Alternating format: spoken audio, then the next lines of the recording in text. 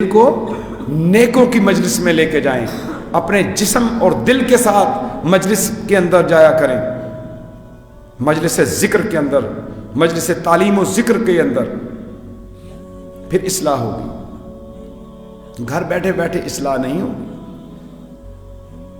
ہاں، آپ گناہوں سے بچ کے جو خلوت اختیار کرتے ہیں، بازار جاؤں گا بد نگاہی ہوگی، بے پردگی ہوگی، لوگوں میں جاؤں گا جھوٹ بولنا پڑے گا، غیبت سننی پڑے گی، غیبت کرنی پڑے گی، بدکار لوگوں سے، گناہ والے لوگوں سے بچنے کے لیے تنہائی اختیار کرتے ہیں، وہ تنہائی بہتر ہے۔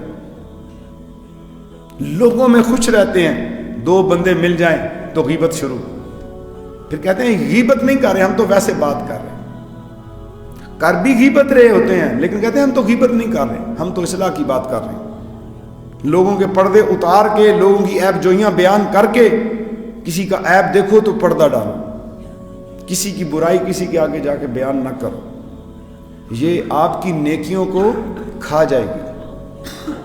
یہ برائیاں بیان کرنا، لوگوں کے اوپر جاسوسی کرنا، لوگوں پہ تجسس کرنا، بدگمانیاں کرنا، یہ نیکیوں کو کھا جاتی ہے، جیسے دیمک لکڑی کو کھا جاتی ہے، جیسے آگ لکڑی کو کھا جاتی ہے۔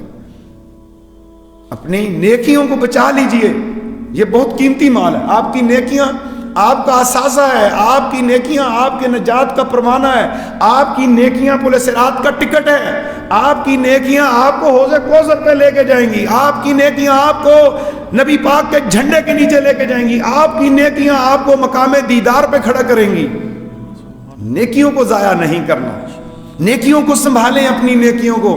یہ ضائع ہوتی ہیں غیبتیں کر کے، یہ ضائع ہوتی ہیں جھوٹ بول کے، یہ ضائع ہوتی ہیں لوگوں کی برائیاں بیان کے، لوگوں پر تہمتیں اور الزام لگانے سے، بہتان لگانے سے یہ ضائع ہو جاتی ہیں۔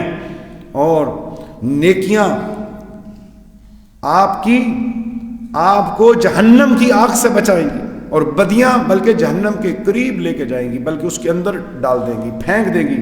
گناہ جو ہیں یہ جہنم میں ڈالنے کا موجب، نیکیاں جنت میں لے جانے کا ذریعہ۔